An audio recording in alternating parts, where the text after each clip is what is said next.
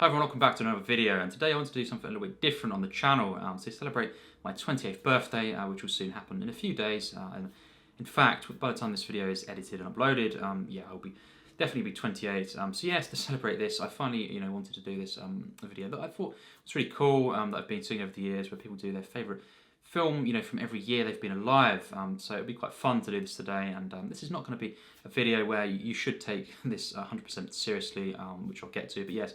From 1996 all the way to now, 2024, obviously there's 29 films in this video, and I'll be discussing, of course, my favourites and films that I personally love. And it'd be great to hear at the end, if you want to, in the comments you can leave your thoughts, and of course your lists, or some of your favourites and all this if you want. And yeah, it's quite a big list here, 29 films to discuss. So just a few things to mention before we get into the video. Again, this shouldn't be taken 100% seriously, but I have gone for one per franchise, on this video here.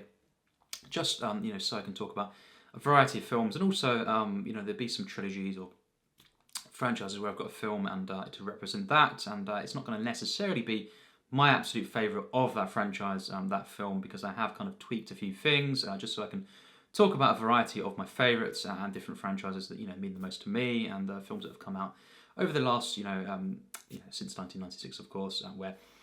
Yeah, basically, I wanted to talk about this and that and this and that. So I've kind of shuffled things around just for my personal liking, and to just for the sake of the video here and for the list, to make it a bit more representing what I love. So I have kind of tweaked a few things. Not every single film trilogy that is shown or franchise is going to be my absolute favourite from that. There'll be a few where it's going to be close to it, but not necessarily my absolute favourite. So just be warned on that. If you kind of thinking, oh, does he not, prefer this and that? It's just that's a heads up. It's not necessarily going to be, my absolute favourite from that trilogy or franchise, but it could be quite close, that kind of thing. And some of them are obviously, my absolute favourites. So yes, it just depends, on how I've kind of done the list personally, just for my liking, of course. So yes, with all that said, let's get into the video, and it'd be great to hear at the end your thoughts and your, kind of list as well, from every year you've been alive. And if you can't do that, of course, just some of your favourites would be cool to hear regardless, of all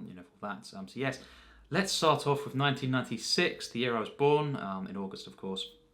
Now, this is a great year. I think the 90s really, for me, it's one of the best decades in cinema, and I'm quite glad I was born in that decade. And yeah, I think 1996 is definitely among the better years, in the 90s. And I think there's some great films, but for me, it has to be Trainspotting. Now this film from Danny Boyle, I saw it when I was 19, for the first time, and I've seen it around 5 or 6 times since, and I just absolutely love this film.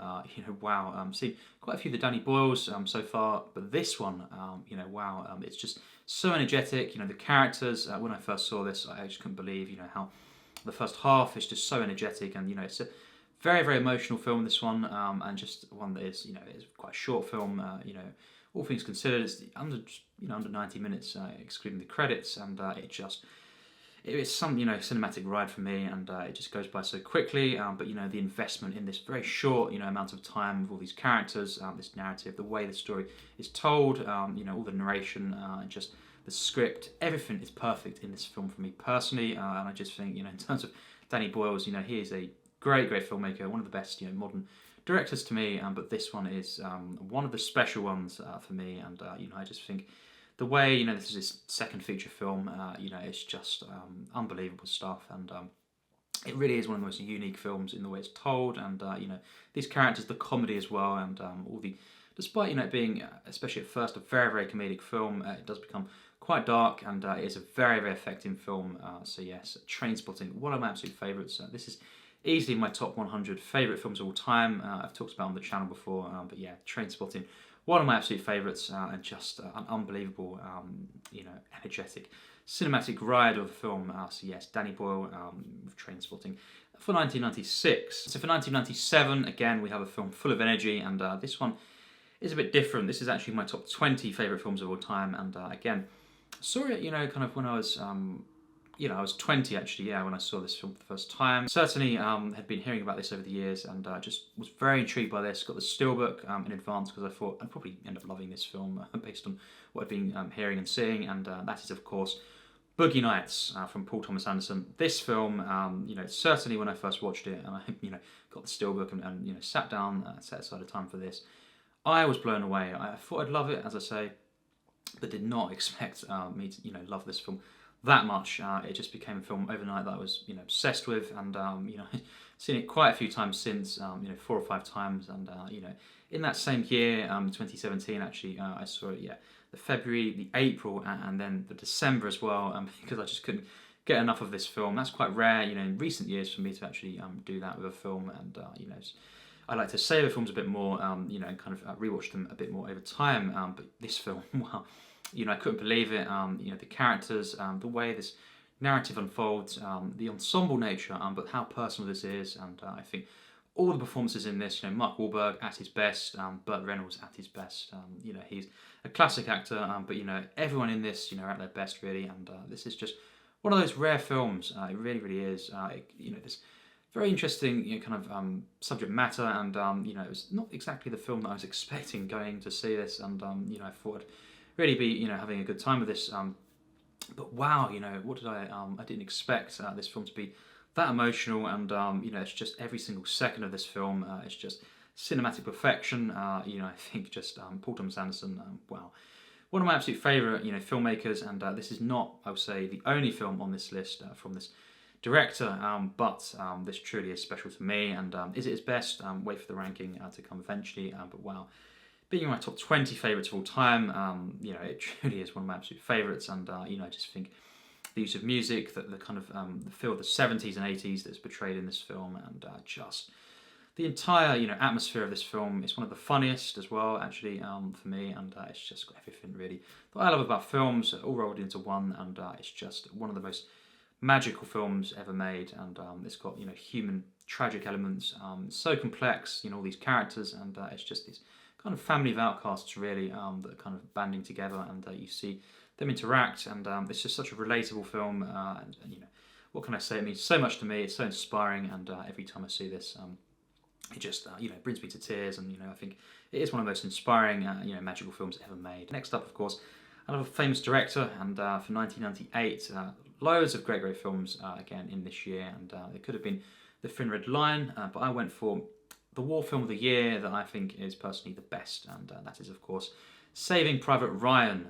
Now this film is just mind-blowing stuff. Again, saw this when I was very young, actually. With this one, I was less than 10, and just the memories of seeing this quite a lot. Just watching this film.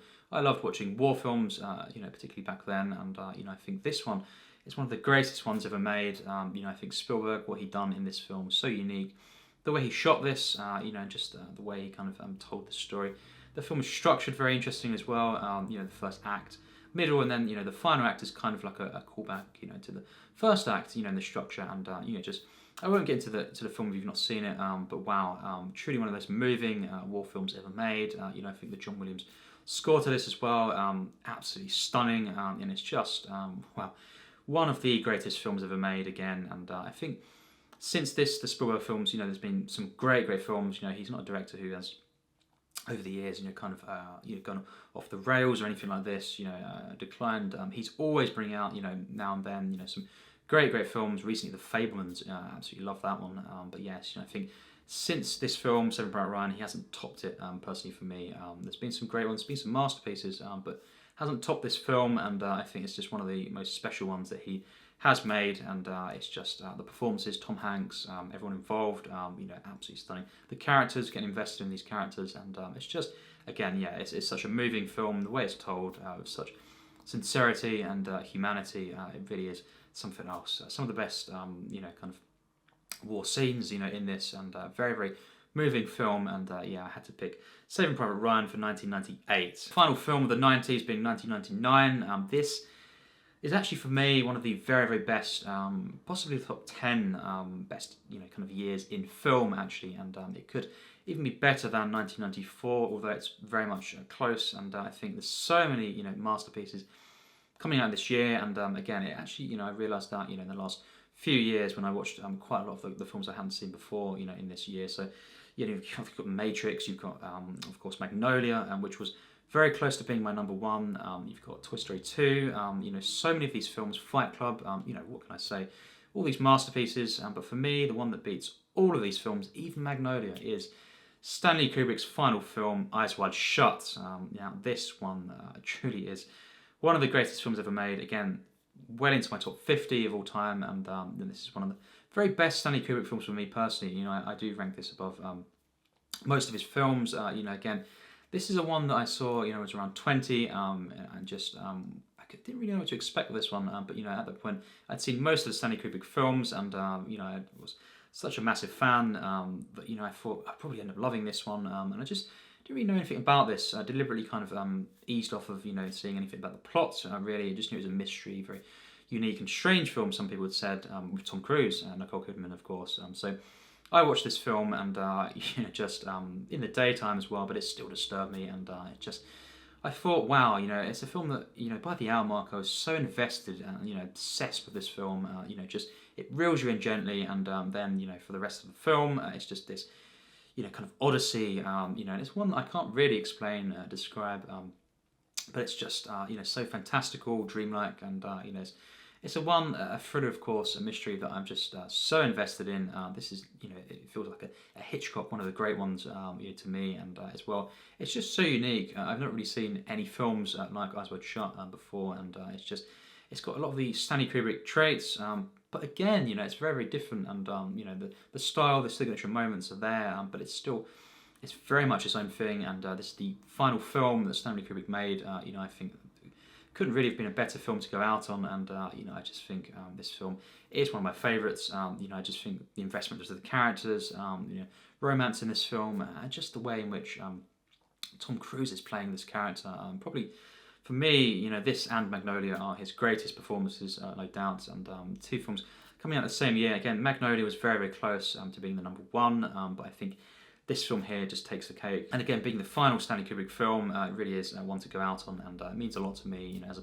massive Kubrick fan. And yeah, it truly is one of the greatest films ever made. You know, I instantly thought, you know, wow, this is better than I thought it'd be, and instantly kind of rose to, you know, one of my absolute favourite, you know, Stanley Kubrick films. So yes, Eyes Wide Shut for 1999. So yes, now we come to the 2000s, and yeah, this film. Next up is a film that, you know, I think is fairly underappreciated. A lot of people talk about this film, but it's still, I think it's one of the greatest films ever made, and one of the best from this legendary director Robert Zemeckis, and that is, of course, Cast Away.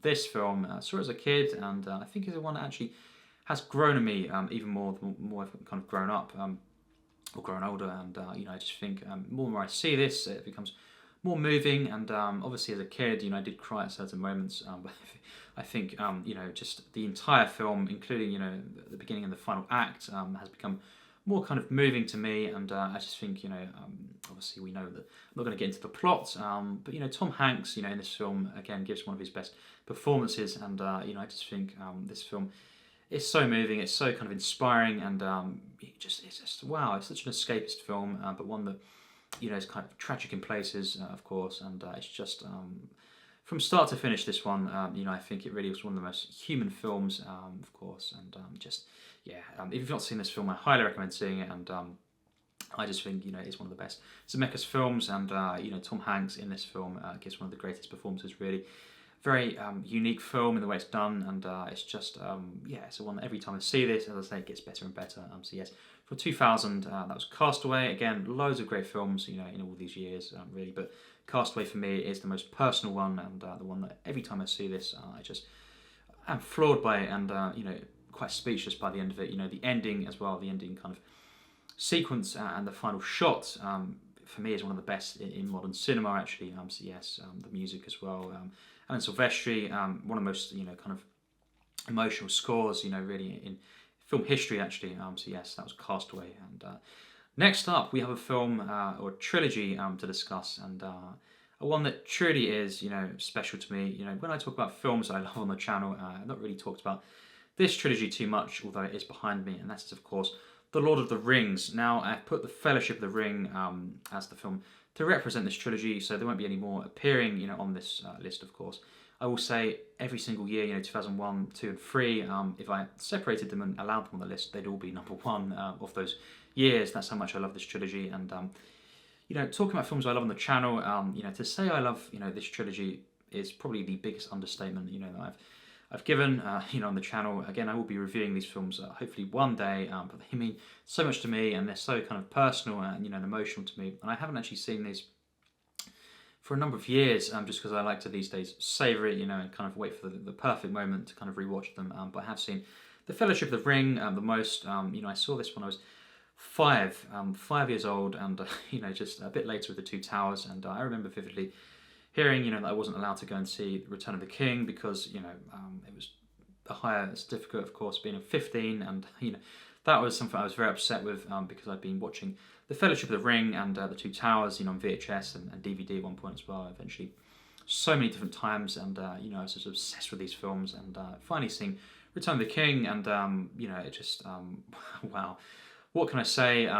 Words can't describe this trilogy, and I think I've put Fellowship of the Ring because it's the first one, but I think this really is one collective project, and just I don't really, at times I don't really separate these films. Actually, it's rare for me to do that, but it's a trilogy. Yes, there are separate films, of course, released each year, but I think this being all filmed in one, and being such a kind of one story, of course, this whole kind of unified narrative, that I do kind of put them together, and The Fellowship I just put being the first one in the trilogy, just to kind of show it's the Lord of the Rings trilogy. I have read the books as well. I've read the Lord of the Rings when I was 18. Actually, finally got around to that, and it's probably the best book I've ever read. And just I think the films are wow. They've done something so unique. Peter Jackson. I just think to say this is kind of this a massive epic task to create these films is an understatement. It's really a miracle these films were made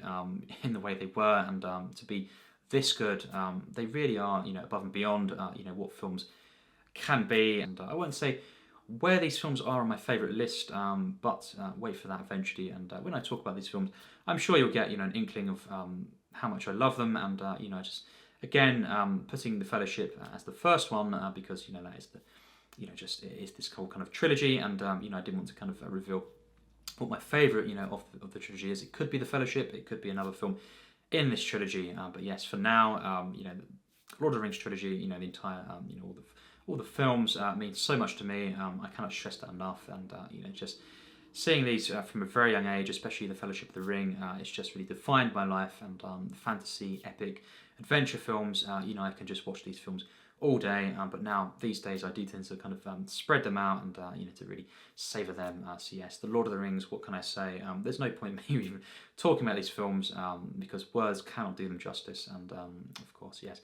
for 2001, I chose The Fellowship of the Ring. So yes, next up for 2002, again, would have been The Lord of the Rings, and for these years, but I kind of just put that for the one film, as I say. But for 2002, we have a film that is, for me, one of the best M. Night Shyamalan films, and that is, of course, Signs. Now, this film, for me, is a masterpiece. I just think, again, I've seen this from a very young age, and just great memories of seeing this and being so kind of entranced by this film. A very quiet film at times, and that's one of the great things about this.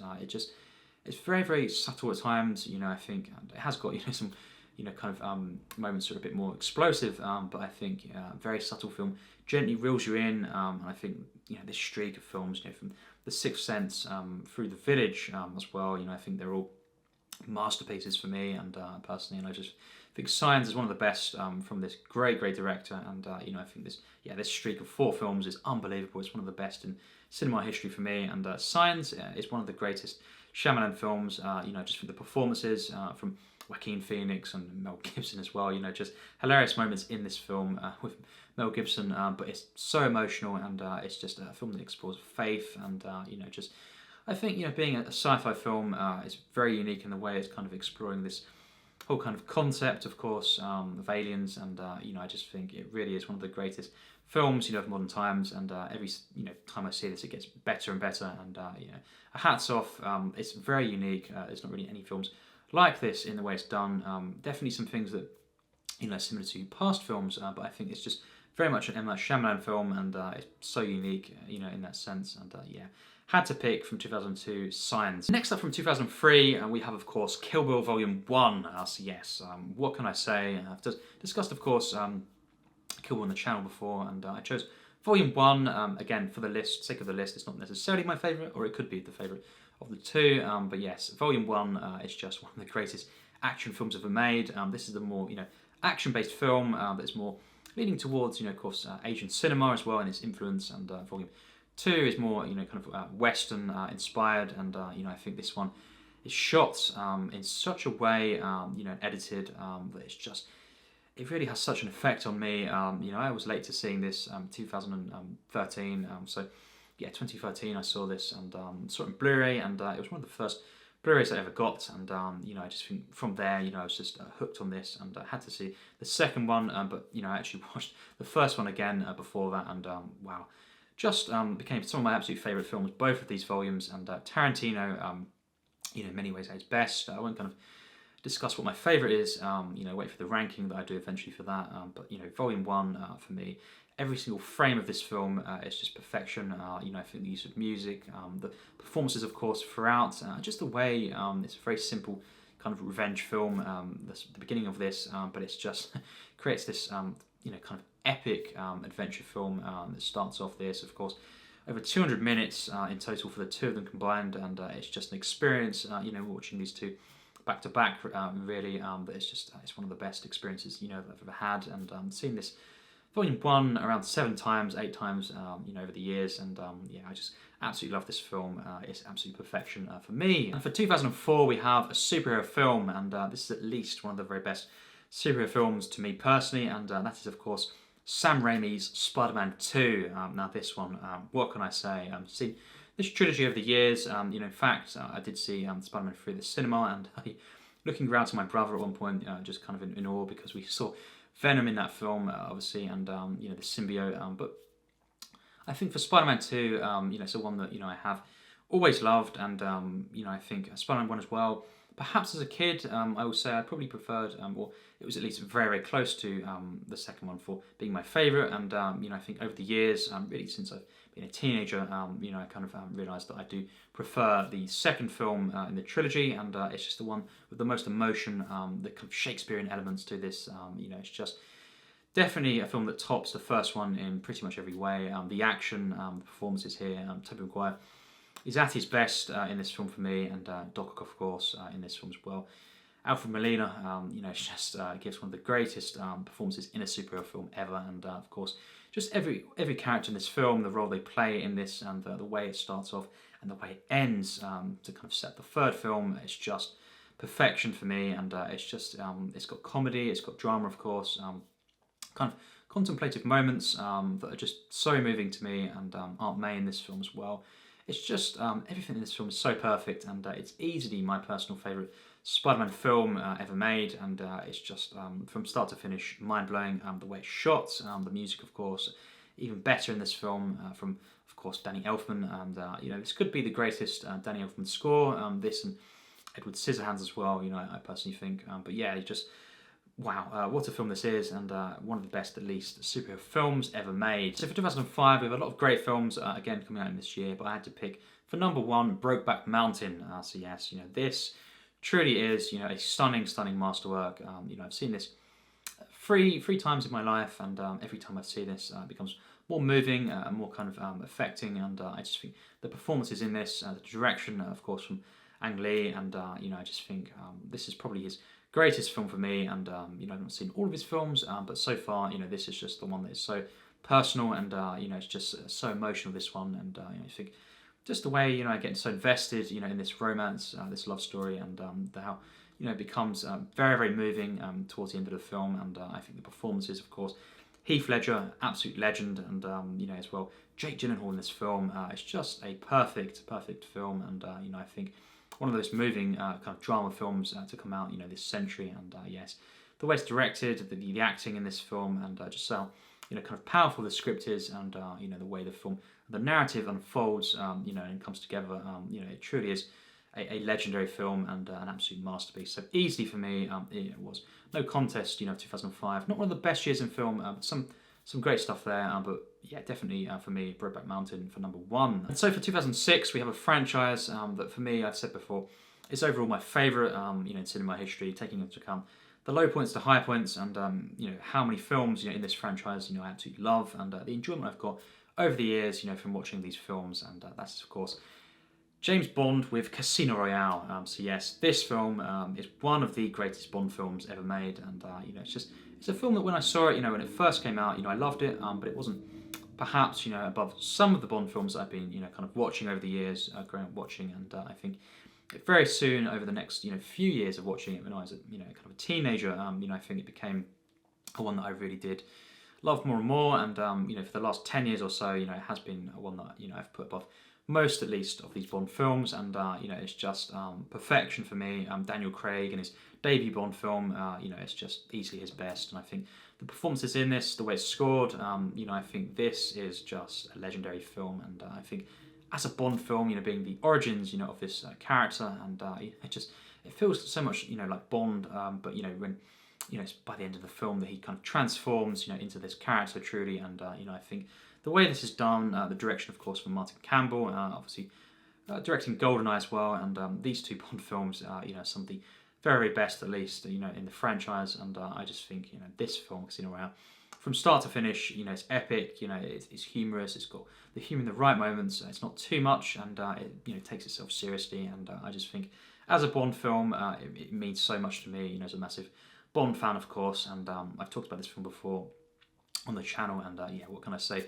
One of the greatest films ever made, not just action films or Bond films, and just truly legendary and means so much to me personally. So for 2007, we have some great films again in this year, and a lot of people kind of battle out, kind of two films in their mind with No Country for Old Men and, of course, There Will Be Blood. Now, it would have been No Country for Old Men when I was a lot younger, but I think There Will Be Blood has grown on me even more over the years, and that is now the number one of this year. I just think, wow, what a film this is. Again, Paul Thomas Anderson appearing on this list, and what can I say? He is one of the greatest, filmmakers of all time for me, and certainly in the modern, kind of last few decades, he has just done something so special with the different eras, and kind of changing style of this film from the previous ones. Punch Drunk Love was kind of a mirroring, a kind of a bridge between the two. Boogie Nights, Hard Day, obviously Magnolia, and then There Will Be Blood, The Master onwards. These films are a bit different in style and tone, and the way they're made, and the kind of energy to them. But There Will Be Blood, truly is one of the greatest films, of the century, and I just think the performance from Daniel Day-Lewis and really everyone involved in this, Paul Dano as well. Wow, what can I say? He's perfect in this film, and I just think from start to finish, it's just such a moving film, a mystical film. It starts off with very little, dialogue, and it's just this transformation of this man mainly, and how he affects everyone around him, and just how he transforms, to try and get to the top along the way. Just the way in which the human spirit, perhaps, is affected by this, kind of pursuit of wealth, and power, and it's just, I won't say any more. It truly is one of the greatest films ever made. It says so much at times with very little dialogue.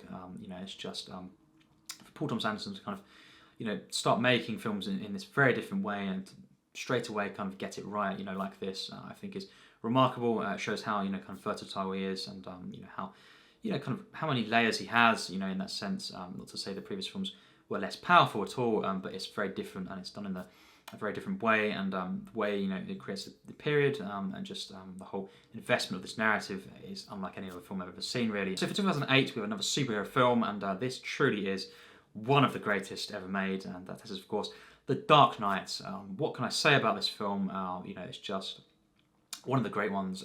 Just the way this is shot, the whole atmosphere of this film, the tone becomes so kind of disturbing, as we go throughout the film, and I just think it has the humour as well, the comedy, and the investment, of these characters. Batman Begins, was a stunning film, but The Dark Knight topped, this film in every single way, and I just think it truly is one of the greatest sequels ever made as well, and I think just seeing, this character, how he's transformed, and the kind of things he goes through in this film, Bruce Wayne, Batman. I think Christian Bale gives, his absolute greatest, kind of performance in many ways over this trilogy, and I just think all of these films I love, but The Dark Knight is the one that, that kind of it kind of topped, Batman Begins in every way, and I just think from start to finish, this film truly is one of the best performances, as well. Michael Caine in this film, and of course, Heath Ledger as the Joker, you know, it's one of the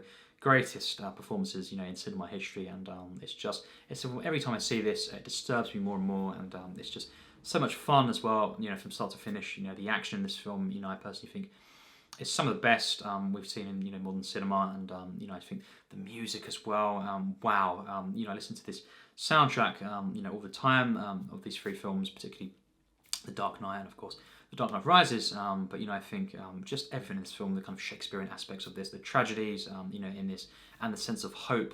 You know, it truly is one of the most inspiring films, you know, in the genre, and yeah, at least one of the you know, greatest superhero films ever made for me personally. So yes.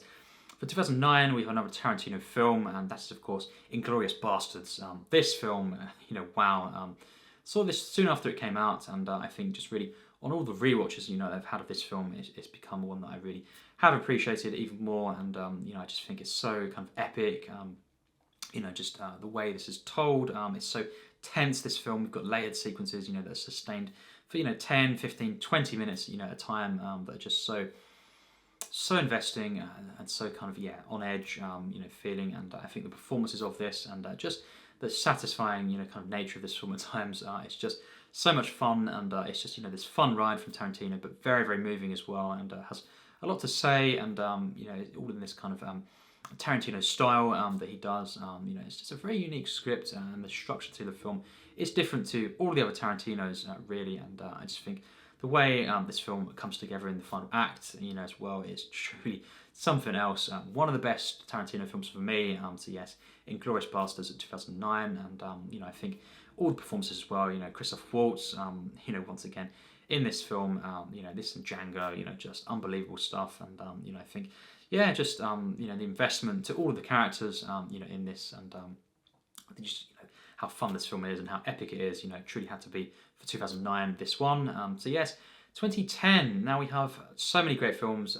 You know, in this year, and you know, I think for me, the one that is the most special to me, and the one that is the best, is Toy Story 3. So this is the one that represents the Pixar films. There won't be any more appearing on this list. Toy Story 3, you know, is at least one of the best Pixar films for me personally. You know, I think closing out this trilogy, you know, in such an emotional way, and you know, these characters, you know, these toys, of course, we've come to know and love, just how the situations they're put in this film, it really brings out, yeah, the humanity, and in a very unique way.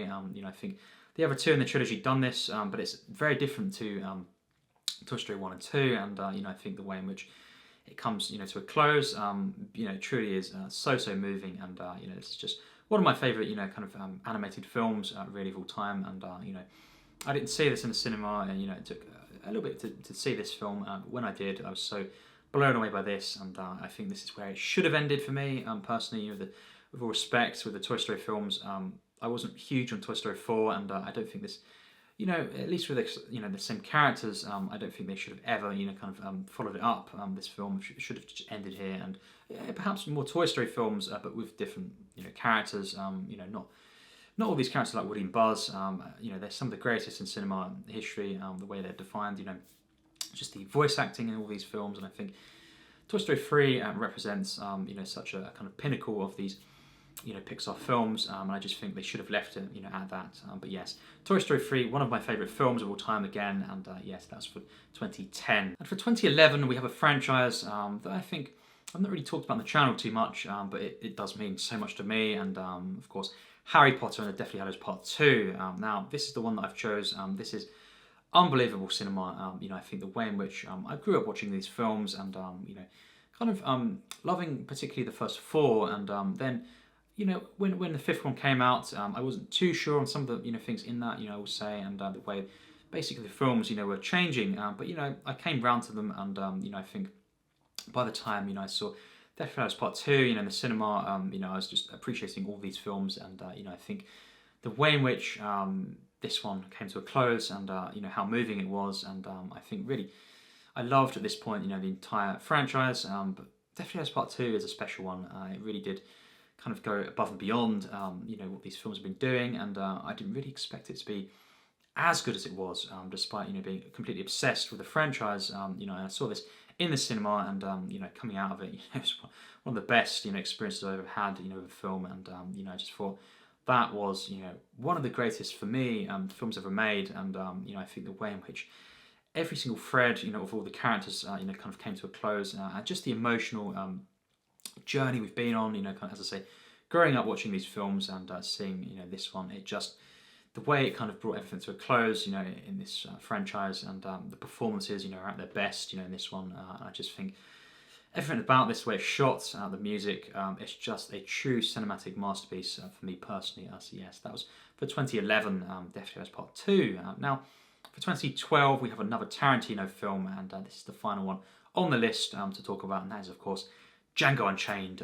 This is one of the best, at least, Tarantino films that he's made. I just think, this film is one of the greatest kind of films ever made. As a Western, it's very, very high on my list. It's just so unique, and I think Tarantino really outdone himself in this film. In some ways, it's the kind of best storytelling he's done, actually, and just the way in which it's more a traditional, narrative in the way it's told. So, previous Tarantino films had been a bit different. They'd been, from especially Pulp Fiction onwards, had, he kind of found his groove, and he was doing all this stuff a bit non-linear at times. Of course, even Kill Bills, they are kind of episodical as well. But I think Django, being more of a traditional film, and, in the linear nature, it was very interesting to see. And, I think just seeing, the way it opens, the credits, of course, it's just instantly hooked on this film. And Jamie Foxx, as the title character, he is just unbelievable in this film. Christoph Waltz and Leonardo DiCaprio probably giving his greatest performance for me ever. And, I just think Samuel Jackson, contender for his greatest as well. It's such a moving film, it's epic in places, and just seeing, the kind of the entire film and going through this journey with these characters, I just really rooting for these characters, the way it kind of comes together, it's just wanting to see something satisfying happen, and it just truly is one of the greatest Tarantinos. Some people would say this film is a bit too long. I completely disagree personally. I think every single shot of this film, is just perfection, and I think the film is kind of at its best, as we go into the second half, and it's a film that constantly tops itself really, and I think the use of music, the way it's shot is unbelievable, and just this whole narrative, the action, and just how invested I am in the characters. It's truly, every time I see this, always one of my favourite films to watch, and it's an event film to sit down and watch this. It truly is cinema, and Tarantino again really outdone himself with this film.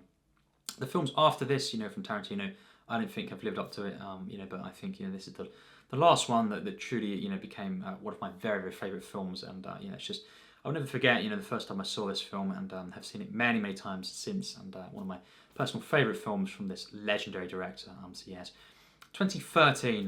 Now this is a great, great year, one of the best, of the century. But for me, it'd be a bit of a unique pick, and it wouldn't have been this film until a few years ago when I saw this for the first time. And that is, of course, Before Midnight. Now, of course, Richard Linklater is one of my favourite directors, filmmakers. This one isn't my favourite of the trilogy. I won't reveal, but I think this is the one that kind of brings us to close. And I think it's a very different one to Before Sunset and Sunrise in the way it's done. The tone is different. The way the characters are acting towards each other is very different, and the stages of their life, and how what they're doing at that point in their life, and kind of their relationship is very, very different, and it's approached in a very, kind of surprising way. When I first saw this, I didn't think it would go in certain directions, but I think by the end of it, I was so moved once again, and the investment to these two characters, Judy Delpy, of course, and Ethan Hawke, playing these legendary characters. I think the way in which this film kind of explored the kind of dynamics of their relationship is just so unique, and again, so moving. I absolutely love this film. It's a masterpiece for me. All these films in the trilogy are actually, and I just think this one is so unique in the way it's done, and it's just one of my favourite films, really of the century. And next up, another Linklater film, and that is, of course, Boyhood for 2014. This one, wow, coming out with these two films back to back. Of course, Boyhood was a project that he worked on for many, many years, and it's filmed over 12 years, of course, showing Mason, and I think this character and the way he kind of you see him growing up, and just over the years, him experiencing different kind of things that happen to him, kind of hardships, and just it's so kind of moving to see what he goes through in this film. It's such a relatable film. It kind of captures as well the world, pop culture, at different points, in his life, and it's just so authentic, this film. And I saw this for the first time in 2015, and I was just completely floored by this. I think, just, is it the best Linklater film? I think if it's not, it's very, very close, and it's truly one of the best films to come out in recent times, and it's just so unique in the way it's done. Ethan Hawke, everyone involved, in this film, Patricia Arquette, the performances are absolutely stunning. They're so, kind of human, complex and layered, and it's just such a relatable film. Just rooting for this character and all the characters around him, and seeing how they kind of, as well, transforming, things are happening to them, and how they're progressing throughout their life alongside him, and of course, from a very young age to going into college. This film explores, and I just absolutely love this film from start to finish. It's just one of the greatest Linklater films, and I just think it truly is one of the most moving and relatable coming-of-age films. And so for 2015, so many great films coming out in this year. Again, Mad Max Fury Road, Inside Out, Creed as well. Great year, and just so many great films here.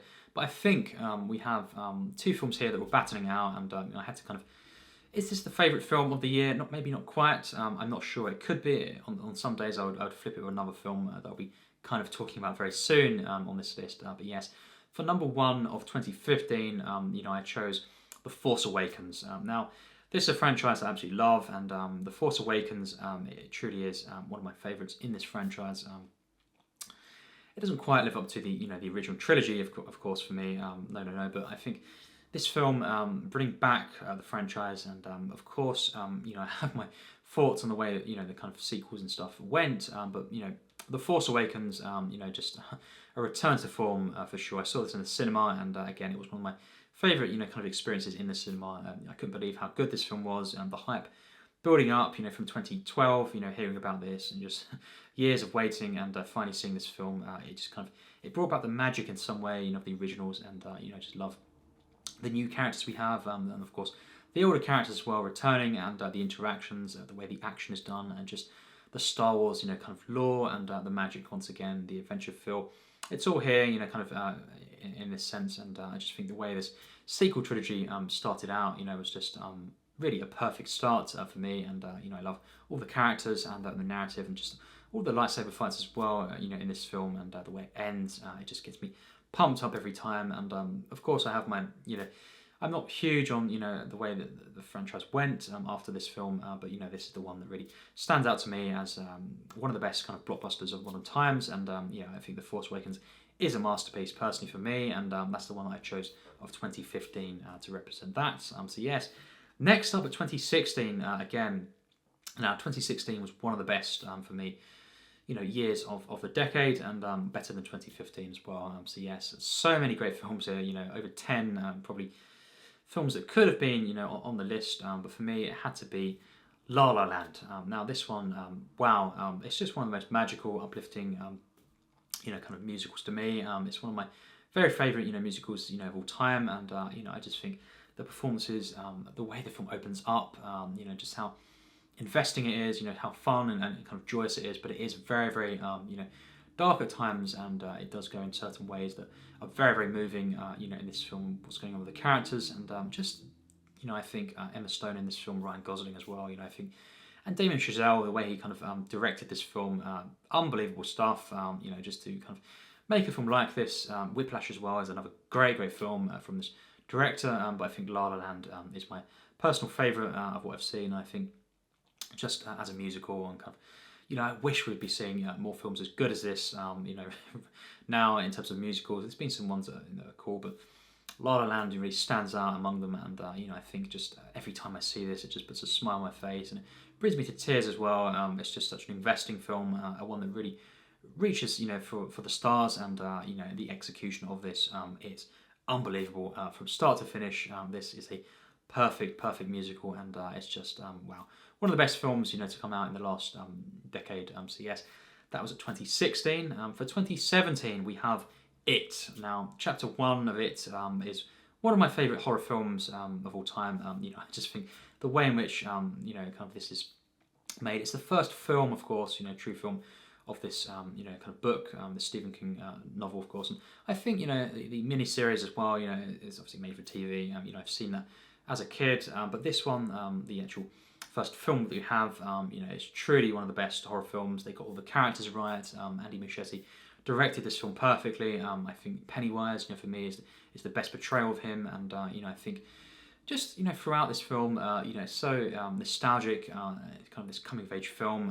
Of course, this story is really, especially the first half, of this story by Stephen King is one of the best, really, just ever written, really. And I think the way in which they captured this was so great. All the performances, child performances, the chemistry, how natural it is, but how kind of cinematic it is in a way, where they're all kind of cracking jokes and stuff throughout, but it's not too much either, the comedy, and it's just so believable in the way they're kind of doing this, and it's not taken too seriously at times, with that. It's got a lot of comedy, and it kind of elevates this and makes it more kind of grounded, kind of natural in how kids would act, really. And I just think the horror elements of this as well, it's just so effective, and it's just one of the most creative films, and how the scares are done, and I've seen definitely some great horror films, in the last decade, but this one, for me, is the absolute greatest. And I just think every time I see this, I've seen it around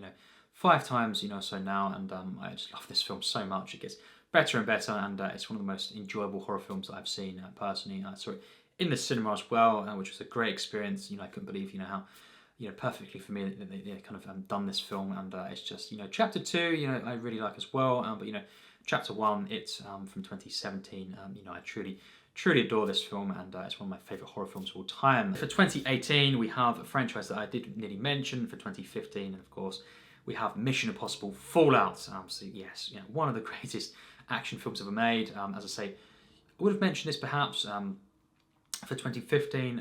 My 2 favourites of that year are The Force Awakens and Rogue Nation. And now I don't really, at this point, I've actually rewatched last night Rogue Nation, and I've been watching these Mission Impossible films again recently, and I think it may have climbed above The Force Awakens, but I'm not too sure, not enough to kind of have changed my list. And so I did put The Force Awakens at 2015 and Fallout for 2018, obviously the Wampa franchise. We're all kicking in there, but Fallout, in many regards, is easily the best, of the franchise, and I just think this film, from start to finish, it just kind of outshines all the action films really that have been coming out in the last decade or so. And I think when I saw this at the cinema again, it's one of the best experiences I had, and I just think Tom Cruise in this film, what he's doing, is just unbelievable. Henry Cavill in this film as well, he is so great in this film, and just all the characters, not all of the characters returning from some of the previous films we've been seeing, but the characters that are here, just in some ways at their best, and I just think consistently this film is unbelievable, and this and Rogue Nation are now very close to me. I don't really know what I prefer out of these 2 films for the Mission Impossible films, actually, but I think Fallout, is certainly in many regards the defining film in the franchise.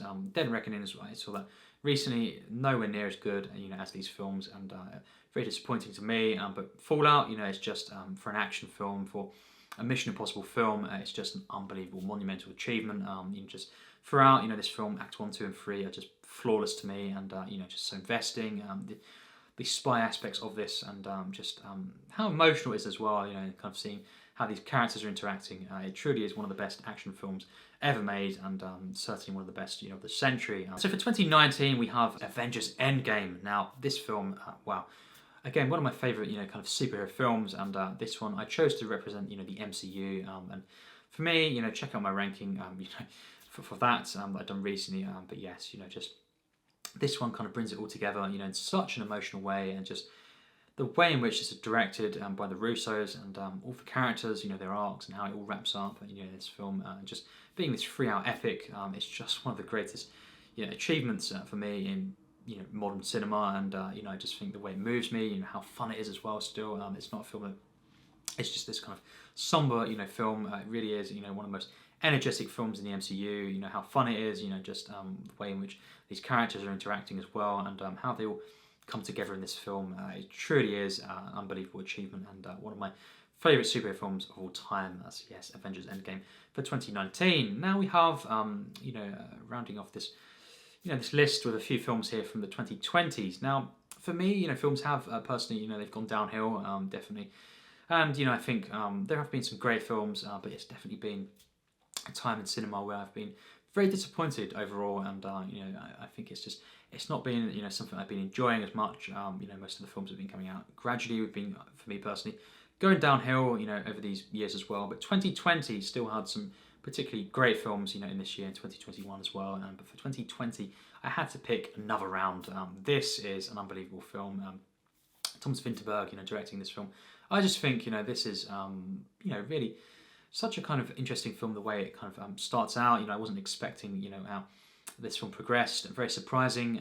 It's got tragic elements in this, but it's very, very uplifting and life-affirming film. By the end of this, when I first saw this film, I just thought, wow, I didn't expect the film to end in that way, but it did, and it was just so, moving, this one. And I think Mads Mikkelsen gives one of his very best performances for me, and I think this film is just, it's so moving, it's so upbeat, at times, but and full of hope, and it's got really a bit of everything in this film. Very complex, layered, very human film, and it's just, what can I say? I was invested throughout, this film, and it's definitely my favourite of 2020. So yes, 2021 we have once again another Paul Thomas Anderson film. There's been a few on the list, but this is the final film, of course, being the latest film that he made, and that is, of course, Licorice Pizza. Now this film, wow, it's kind of a return to, in a way, Boogie Nights, kind of esque feeling, in the kind of energy, the way the time period is portrayed, and just, I think the comedy and the way, it's kind of more kind of upbeat, kind of less intense in some ways to his previous films that have been coming out. Even Inherent Vice, it's not necessarily that intense, but it's a film that is a bit more kind of serious in some ways to this film. This is the one that really Paul Thomas Anderson kind of returns to his roots in that sense, and I think it's just an absolute masterpiece. One of the very best from PTA, and just seeing this film, I was blown away by it, and didn't know what to expect entirely, but I've always got faith, in Paul Thomas Anderson to create, a film that I love, and it's just once again showing that he never stops, making great films, and cannot wait for his next one, and this is once again a film that just blew me away, and I think this one is just among this decade, stands out for me as just a real pinnacle, and once again, hats off to PTA, really an absolute masterpiece for me, and I enjoy all the characters, the time period, the tone of this, and it's just so investing, and just the music, everything about this film, truly love. So yes, Licorice Pizza for 2021. So for 2022, we have another Spielberg film on the list, and that is, of course, The Fabelmans. Now, this is one of the most significant Spielberg because it is based on his, childhood and just his life towards becoming, kind of a filmmaker, and this is just so inspiring. I'd been hearing about this for a number of years, this kind of project that he was making based on his life and stuff, and growing up, his parents and all this, and it's a film that deals with this, so many different themes, in this film, and how he went through his childhood, and then as well, being a teenager, and then kind of starting out in the film industry, and it's just really is one of the most moving films that I've seen in a while, and certainly one of the most inspiring films. Just when I watched this, it was December last year that I watched it, and I was completely blown away by this. I think all of the performances in this film, top notch. Michelle Williams especially, it's just so great in this film, and just the entire film, the casting is spot on here, and it's just very moving, very relatable, and stuff, and things that happen in this film. It's just really very personal film from Spielberg, and so glad that this got made, and finally, and it's such a great film that it is actually my favourite of this year. So for 2023 we have The Holdovers. So yes, this is another great film. I think actually for me personally, the last couple of years being not really for me as much. I think actually this is the greatest film of the year, but also it's the only great one I've actually watched personally for me. I don't think any of the films that I saw, for 2023, and I've seen quite a few of them, have come close to this, really. And there's a couple that I really like and are very good films, yes, but none of them have actually been great, for me. And that is a shame. It's not really happened before. And I'm sure when I see more films, indie films and stuff, there will be some more that I call great. But for now, The Holdovers is the only one, and it really is just a great film. Wonderful experience that I had coming of age film at times, and Paul Giamatti, this film is so great, and all the performances, all the characters, and I think again it's an unexpected film in the way it kind of starts out and how it progresses throughout the rest of the film, and it's just the one that I didn't see coming really, and just the more it kind of went on, I was more invested in this, and by the end of it I was very moved, and it was a very nice film, very feel good film for me, very warm and charming, and it's definitely got some callbacks as well to more classic cinema. It's definitely, it looks and feels at times like a modern film, but it is definitely in some regards more of a callback film as well, and that's something I really appreciate, and it's definitely, so far from what I've seen, stands out among all the 2023 films. So yes, 2024, the final film to discuss. Now I had to kind of cheat here, in that sense, because I haven't really seen enough films from this year, and I did see a few, but I didn't want to just include average films for me. And Deadpool, Wolverine, I've already mentioned the MCU, so I didn't include that. But yes, I had to kind of pick a film that in the UK came out this year, but did come out just at the tail end of last year technically. But it is for some people do this on lists.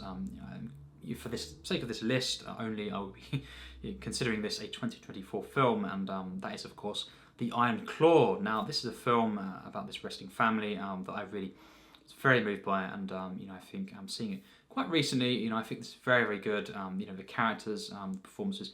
Zac Efron in this film, is so great, and it's one of the best performances that he's given, and just the way in which it started out. Again, didn't really know too much about this this family really. I've heard a few things, but yeah, it's just a very surprising film, and it's got dark moments for sure, but it is very kind of upbeat at times, and hopeful as well, and it's this very interesting mix that we have, and regardless of what happens in this film, it's just always investing, and going along for this narrative, this ride, and just for the performances were great at times. Lily James as well is in this film. It was very nice to see, and just a very kind of warm film at times, and it's just very sincere in the way it's done, and well shot as well, and it's just definitely a really surprising film, and one that I'd highly recommend if you've not seen it, and it was one that I just personally was very moved by, and it's just one that I found to be very good.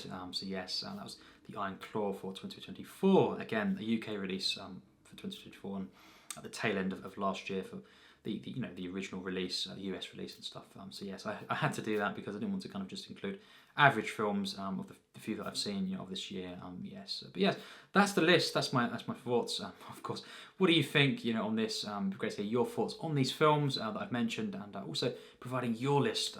What's your favourite kind of films from every year you've been alive? If you can't do that, of course you can leave just some of your favourites, of course, because that's potentially a massive list, and it's just going to be great to discuss regardless in the comments, all these films and stuff, and what means the most to you as well. So I thought it'd be fun to do this, and it's been fun to make this, and to kind of move things around for the sake of the video as well, and just to talk about these films as well. Some films I've never really mentioned on the channel too much before, but we'll be more talking on them in the future. So yes, that's my thoughts, that's my list, personal list, born in 96, so obviously 29 films I've mentioned today, and it's been really fun to do this, and really cool to kind of celebrate my birthday with this kind of unique kind of list.